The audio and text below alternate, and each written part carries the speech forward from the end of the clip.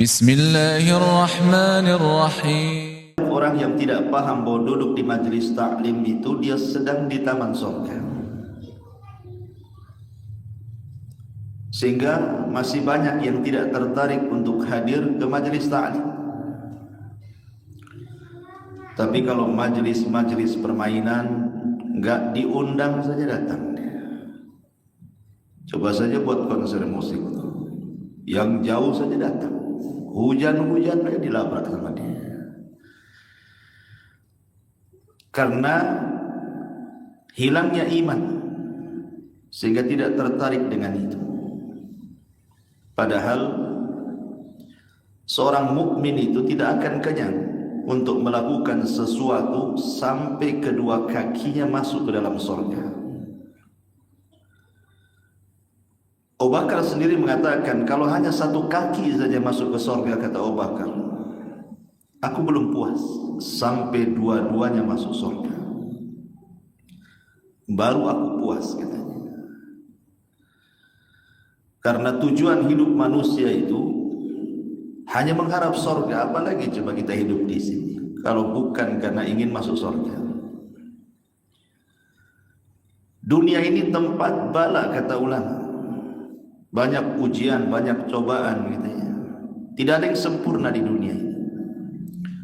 Orang bangun rumah seindah mungkin, tetap saja ada kekurangannya.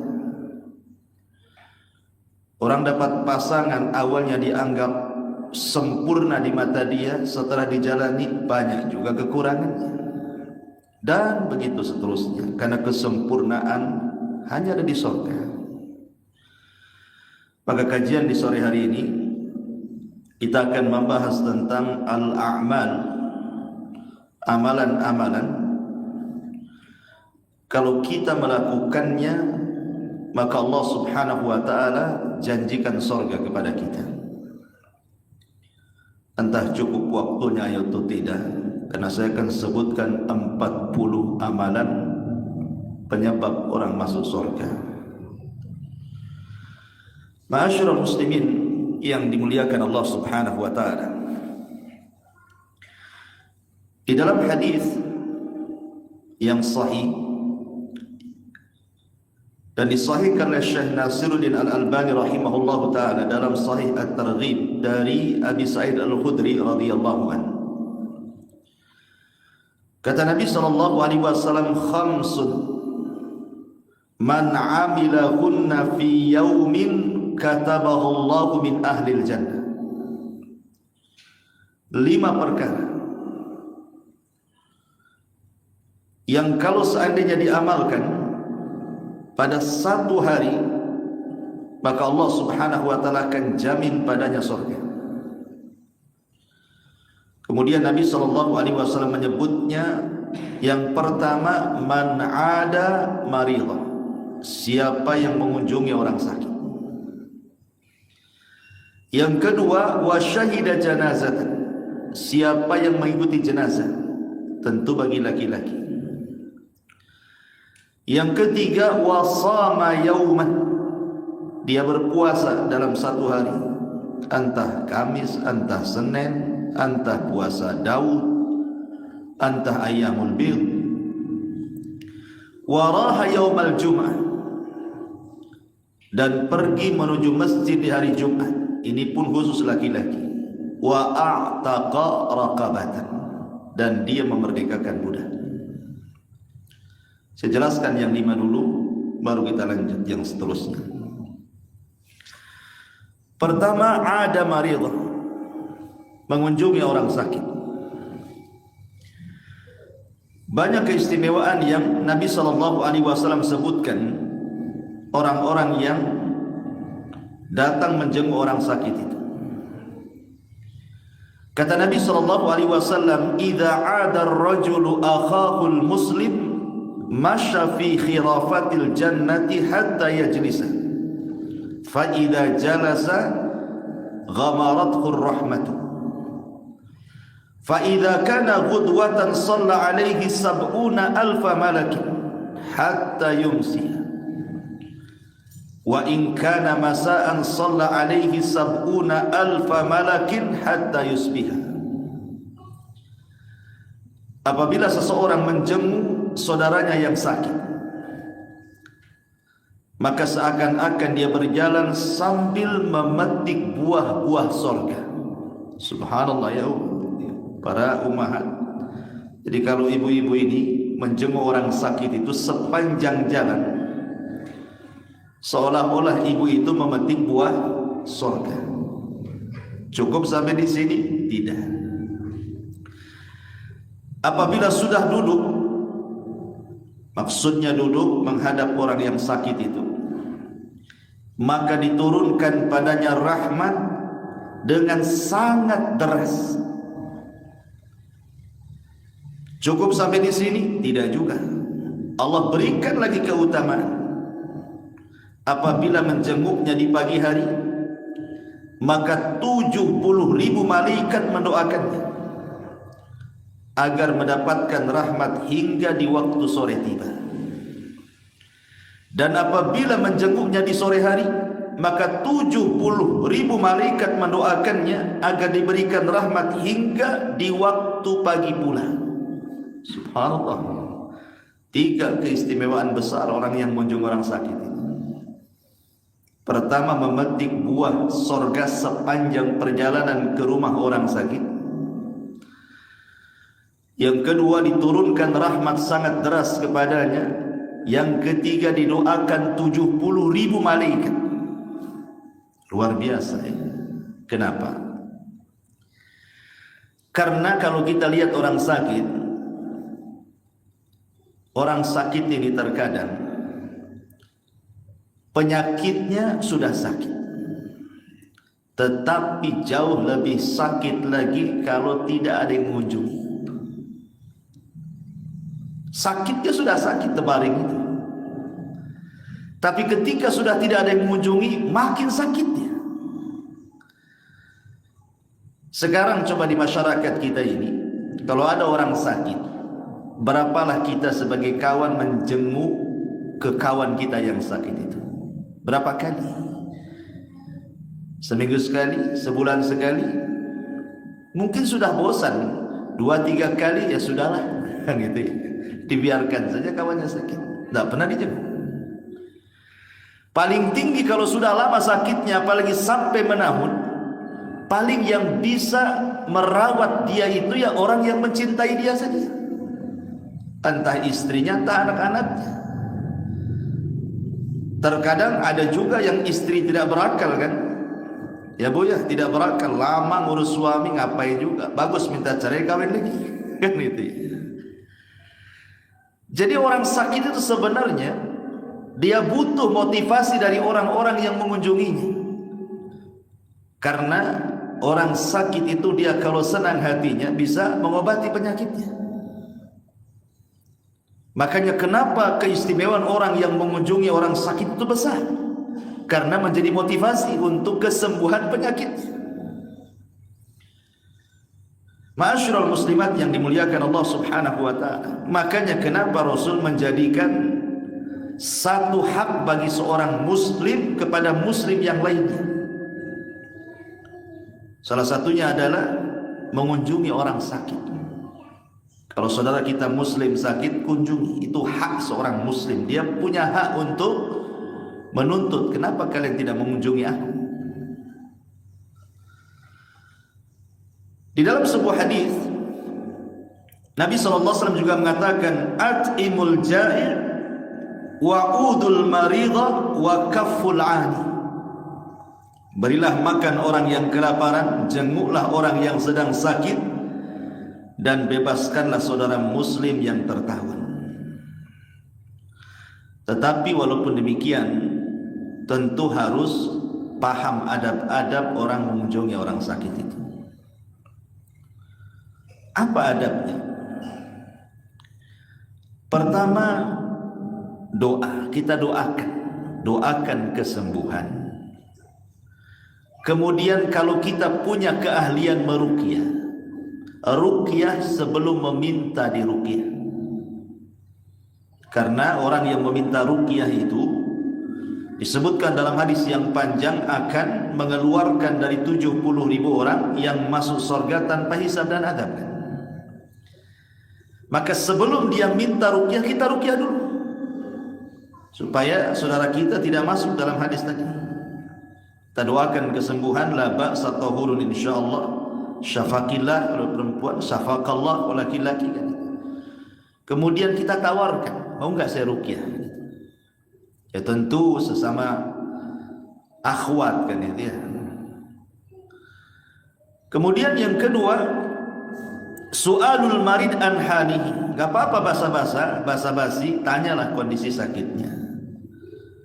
Mungkin bisa ngasih pengalaman bahwa ada yang punya penyakit yang sama, ini obatnya kan itu. Jadi bisa juga untuk tukar pikiran kepada orang sakit atau ngasih motivasi, mungkin punya obat-obat yang dia tidak tahu. Kemudian juga yang paling penting ketika mengunjungi orang sakit ini, tadhkiruhu bi ajri sabri alal marid. Bu, orang sakit itu dekat dengan setan. Setan itu paling suka dengan orang sakit. Kenapa setan suka dengan orang sakit? Karena orang sakit itu lebih dekat dengan putus asa dibandingkan mengharap rahmat. Orang sakit itu, apalagi kalau sakitnya menahun, merasa membebani keluarganya, itu terkadang sebagian mereka itu pengen mati, kayaknya adalah mati saja lah, apa juga hidup kan itu, ngerepotin orang. Disitulah setan ngasih was-was tuh. Kalau orang sakit sudah lama. Makanya kemudian yang penting kita ini apa? Tadzkir, mengingatkan kepada orang sakit itu bi ajri sabri, tentang pahala sabar. Kasih nasihat ya, bahwa sabar itu penting ketika sakit. Kasih nasihat.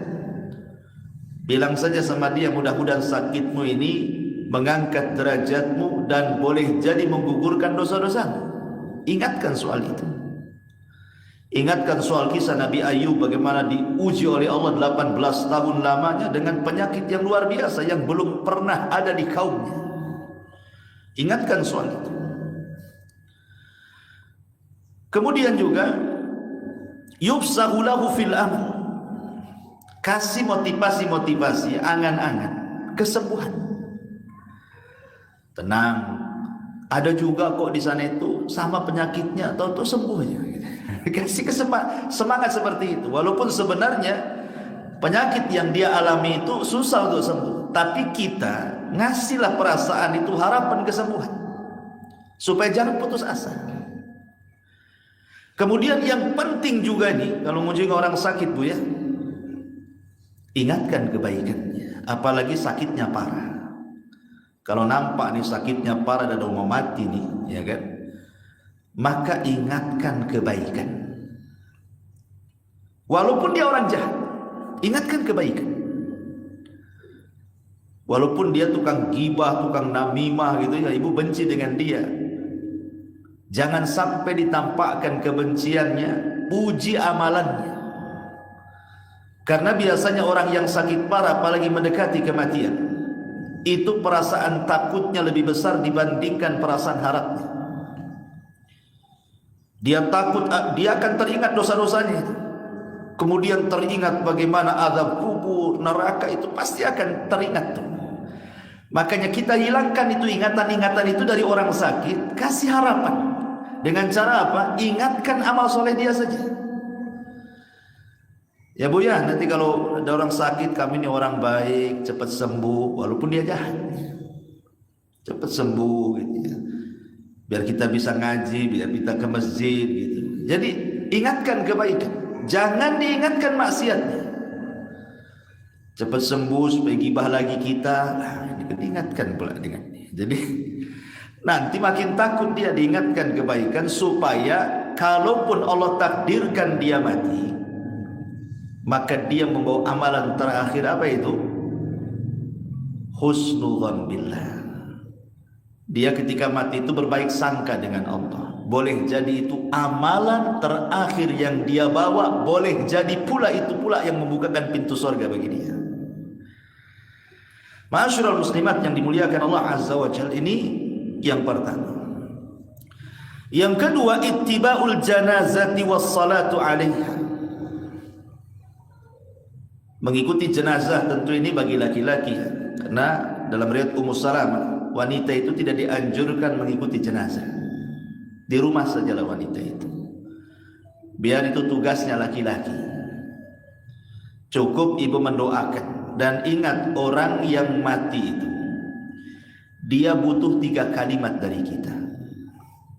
Apa kalimatnya? Pertama, Allahumma'rhamhu, ya Allah rahmati dia. Yang kedua, Allahummaghfir lahu, ya Allah ampuni dosa-dosanya. Yang ketiga, Allahumma tsabbithu, ya Allah tetapkan, mantapkan jawabannya kalau ditanya oleh malaikat Munkar dan Nakir itu. Ini saja yang diperlukan, yang sangat dihajatkan kepada orang mati itu cuma 3 ini. Minta rahmat kepada Allah agar Allah mengasihi yang sudah meninggal ini. Minta kepada Allah agar Allah mengampuni dosa-dosanya. Minta kepada Allah agar dia dimantapkan jawabannya. Karena kemantapan jawaban itu bukan dari kita, tapi dari Allah. Makanya Allah mengatakan, yutsabbitullahu alladhina amanu bil qawli tsabit. Allah lah yang memantapkan jawaban kepada orang-orang yang beriman dengan jawaban yang mantap. Jadi Allah yang memberikan kemantapan itu. Dan tentu penyebabnya adalah amal saleh. Kita di dunia kalau ditanya paling lantang, man rabbuk? Allah. Wa ma nabiyyuk? Muhammad. Wa ma dinuk? Islam. Belum tentu di kuburan ini bisa jawab dia. Karena yang memantapkan itu Allah. Maka minta kepada Allah supaya dimantapkan jawabannya. Ya Bu ya, itu saja. Yang mengikuti jenazah biar laki-laki. Ulama mengatakan ada beberapa hukum pahala bagi orang yang mengikuti jenazah ini dan menyolatkan ini. Pertama, orang yang menyaksikan jenazah mulai dari rumahnya. Jadi mulai dari rumahnya dia sudah mengikuti jenazah sampai disolatkan ke masjid, umpamanya kalau di masjid, sampai dikuburkan. Maka yang seperti ini dapat 2 qirat kata Rasul. Dapat 2 pahala qirat. 1 qirat itu sebesar gunung Uhud. Itu kalau kita ngikuti sejak dari rumah orang yang meninggal, kemudian menyolatkan, kemudian menguburkan, dapat dia 2 qirat. 1 qirat sebesar gunung Uhud. Ini 1. Yang kedua, dia mengikuti dari rumahnya, kemudian ikut menyolatkan tapi tidak ikut menguburkan, tapi keluar dari rumahnya, kemudian ke masjid nyolatkan karena ada kesibukan, dia tidak ikut menguburkan, hanya menyolatkan saja. Maka dia hanya dapat 1 qirat. 1 qirat pahala sebesar gunung Uhud. Kemudian yang ketiga, dia tidak ke rumahnya. Nampak ada orang sholat jenazah, tiba-tiba langsung main ikut saja dia. Ya. Jadi dia tidak ngikuti dari rumahnya itu. Pokoknya dari lewat, kok ada orang meninggal, nampak ada orang sholat, saya ikut-ikutanlah sholat jenazah di situ. Maka ulama mengatakan, falahu qiratun ala makhtarahu al-Hafidh Ibnu Hajar. Terjadi khilaf ulama. Ada yang mengatakan tidak dapat 1 qirat, tetapi ada yang mengatakan tetap dapat 1 qirat, dan ini pendapat Al-Hafidh Ibnu Hajar. Tapi kan ada perselisihan di sini. Ya. Karena tidak mengikuti dari rumahnya. Kemudian yang keempat, dia tidak mengikuti dari rumahnya. Dia tidak ikut menyolatkannya. Dia langsung menuju kuburannya. Kemudian ikut menguburkannya. Maka zahir hadis dia tetap dapat 1 qirat karena ikut menguburkan. Kemudian yang terakhir, dia hanya mengikuti dari rumahnya tapi tidak ikut sholat. Kemudian dia ikut jenazah ke kuburan, belum dikuburkan sudah pulang, maka nggak dapat apa-apa. tidak dapat 1 qirat, apalagi dapat 2 qirat. Berarti dari sini kesempurnaan pahala ketika ittibaul janazah itu berarti mulai dari rumah dia, menunggu dimandikan, dikafankan, kemudian dihantar, ikut hantar pula dia ke masjid, kemudian dari masjid bareng-bareng sampai kuburannya, kemudian sampai dikubur baru pulang. Itulah yang sempurna dapat pahala. Ini yang nomor 2. Kemudian yang nomor 3, wasama yauman, dan dia pun berpuasa dalam 1 hari. Dalam sebuah hadis Nabi SAW mengatakan, man shoma yauman fi sabilillah ba'adallahu wajhahu anin nari 70 kharifan. Barang siapa yang berpuasa 1 hari saja, entah Kamisnya, entah Seninnya, entah Ayyamul Bidnya, entah Dawudnya, pokoknya 1 hari dah dia berpuasa tuh. Lillahi ta'ala, ya, puasanya karena Allah subhanahu wa ta'ala, maka Allah akan jauhkan wajahnya dari api neraka 70 kharifan, 70 musim. Dalam riwayat 70 tahun. Bayangkan 70 tahun perjalanan, itulah dijauhkan wajah kita dari api neraka. Luar biasa. Dan khusus bagi wanita ya, bagi ibu-ibu nih, ibu ada syarat-syarat kalau ibu mau puasa, lain dengan laki-laki. Karena seorang wanita itu tidak boleh berpuasa kecuali 1, harus ada izin daripada suami. Pamannya ngomong, bang, besok Kamis, boleh nggak saya puasa Kamis? Kata abangnya, boleh, tapi kalau siang abang minta batalkan ya. Pokoknya kan, ya harus dibatalkan. Kalau nggak minta ya lanjut aja kan itu. 1. Yang kedua, kalau dia seorang budak, maka harus izin tuannya. Ini sekarang kan nggak ada budak. Kemudian yang ketiga, kalau seseorang itu sedang bekerja kepada seseorang, ibu umpamanya jadi pembantu rumah tangga, kerja sama orang atau kerja di toko atau kerjalah sama siapa gitu ya. Adalah ibu bekerja sama orang, pas hari Kamis atau hari Senin masuk, maka kalau seandainya dengan puasa itu bu menjadikan pekerjaannya tidak maksimal, maka tidak boleh puasa, karena akan merugikan orang yang punya pekerjaan kan itu. Atau laki-laki pun sama, pamannya dia tukang bangunan, kerjanya harian, lain kalau borongan. Akibat Anda berpuasa, akhirnya yang harusnya pasang bata itu dapat sekian meter, nggak sampai. Alasannya apa? Panas, banyak duduk, nggak boleh puasa. Ini menzalimi orang namanya. Ini kan puasa sunnah kan, lain kalau puasa wajib gitu ya. Jadi tidak boleh seseorang menzalimi gara-gara puasa. Ini yang harus dipahami ketika orang itu berpuasa, sehingga dia harus minta izin ke bosnya. Boleh nggak saya puasa? Kata bosnya boleh, sudahlah. Tapi kalau bosnya tidak tahu, kemudian kita puasa, kemudian lalai pekerjaannya, bosnya kecewa, zalim kita. Karena kita ada kerjasama dengan orang masalahnya. Nah, itu yang harus dipahami. Dan puasa sunnah ini kan, macam-macam ya. Ada yang terulang-ulang harian seperti Daud, 1 hari puasa, 1 hari tidak.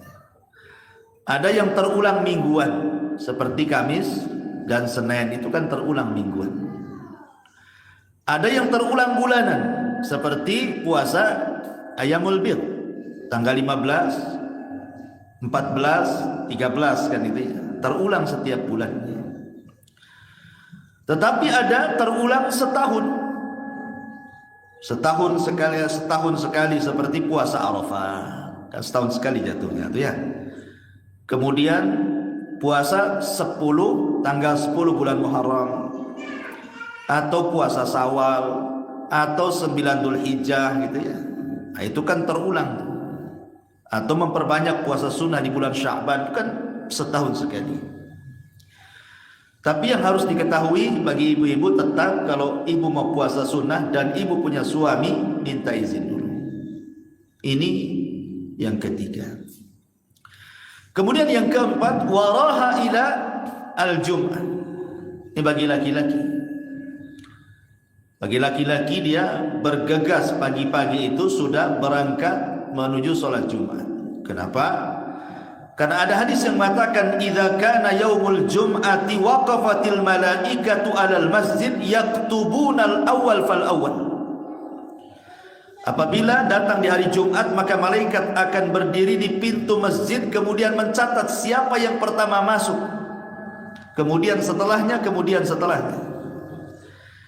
Maka yang pertama masuk kemudian duduk di saf yang pertama, kata Nabi SAW, maka dia kamathalil ladzi yuhdi badanatan, seperti dia berkorban seekor unta kalau di saf pertama. Kemudian datang berikutnya, dapatlah dia saf kedua, maka kalladzi yuhdi baqaratan, seperti dia menyembelih kurban berupa sapi. Kemudian datang rombongan yang ketiga, dapat pula sop yang ketiga. Maka Rasul mengatakan kalladzi yuhdi kabsan, seperti dia menyembelih kurban seekor kambing. Kemudian datang rombongan keempat, dapatlah dia sop yang keempat, maka kalladzi yuhdi dajajatan, seperti menyembelih kurban seekor ayam. Datang pula rombongan yang kelima, dapat dia di saf yang kelima. Maka Rasul mengatakan kalladzi yuhdi baydatan, seperti dia menyembelih telur ayam. Bisa enggak telur ayam disembelih itu? Diceplok ya telur ayam itu. Datang pula rombongan yang keenam. Kira-kira dapat apa? Dapat tai ayam. Udah enggak ada lagi kalau sudah saf kelima ke belakang itu udah enggak ada. Tentu ini bagi laki-laki, Bu. Walaupun ibu boleh juga sholat Jumat kalau ada tempatnya. Tetapi bagi wanita dan laki-laki yang mungkin berkumpulnya amalan-amalan di hari Jumat itu bisa dilakukan laki-laki dan perempuan itu seperti membaca surah Kahfi. Walaupun ada polemik tentang masalah surah Kahfi ini. Tetapi saya lebih cenderung sunnah hukumnya. Karena juga banyak para ulama, bahkan Lajnah Daimah, Syekh Utsaimin, Syekh bin Baz, banyak yang memfatwakan sunnahnya baca surah Kahfi di hari Jumat. Kenapa demikian penting baca surah Kahfi itu? Karena satu-satunya surat yang bisa melindungi kita dari fitnah Dajjal adalah membaca surah Al-Kahfi. Kenapa mesti surah Al-Kahfi? Kenapa tidak Al-Baqarah saja? Al-Imran, An-Nisa? Karena semua fitnah yang dibawa Dajjal itu semua ada di surah Al-Kahfi. Dajjal itu pertama bawa fitnah apa? Bawa fitnah kekuasaan. Karena dalam 40 hari itu bayangkan dia bisa keliling dunia, menguasai dunia. Dalam surah Al-Kahfi ada fitnah kekuasaan.